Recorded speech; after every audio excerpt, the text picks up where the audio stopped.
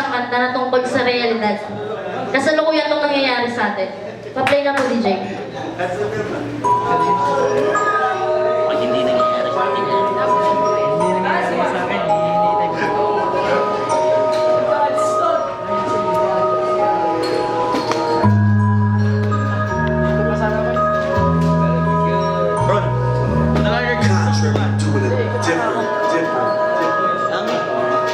Medyo nakakatakot sa kalsada maglakad. Pag sumapit ang dilim, ito ang realidad. Makinig kayo sa kwento na aking nilalahan. Pangyayaring dapat lamang na malaman yung lahat. Siya nga pala si Asyo, huwara na ama. Nagsisipag maghanap buhay para sa pamilya. Isang gabi sa iskinita habang pauwi na siya. Apat na kalalakihan ang humara sa kanya.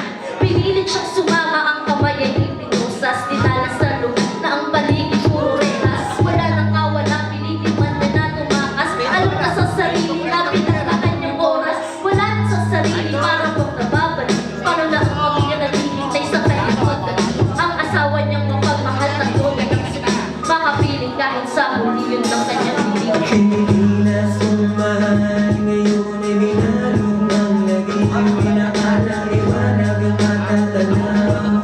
May sinabong ng dilim, dugo ay nagkalat sa bawat sahig. Kamalayan ng mataw sa bawat tingin, katanungan na inaasang malabo. Mamang tanging makapangyarihan ng Diyos may karapangan. Pangalan kay Ruben Vicente siyang mag-aaral. Suot ang uniforme, galing siyang eskwelahan. Motorsiklo'y gumaan at siya ay tinutukan. Tumunod ng baril at siya ay pinutukan. Walang kamalay-malay, wala din may alam. Ano ang dahilan? Ang lahat nagulat lang sa krimen na naganap. Mga saksi parang luta. Sinong may gagagawan? Mga pintukang halang. Katahimikan ay nabasag dahil sa isang sigaw. Tinig ng isang babae na ang puso ay usaw. Anak, bakit ikaw?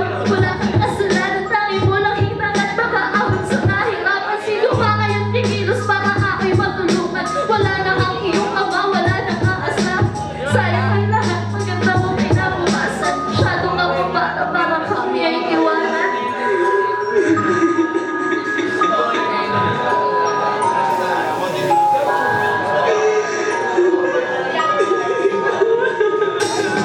Hindi na sumahal, ngayon ay binalog ng laging pinakalang liwanag ang matatanaw.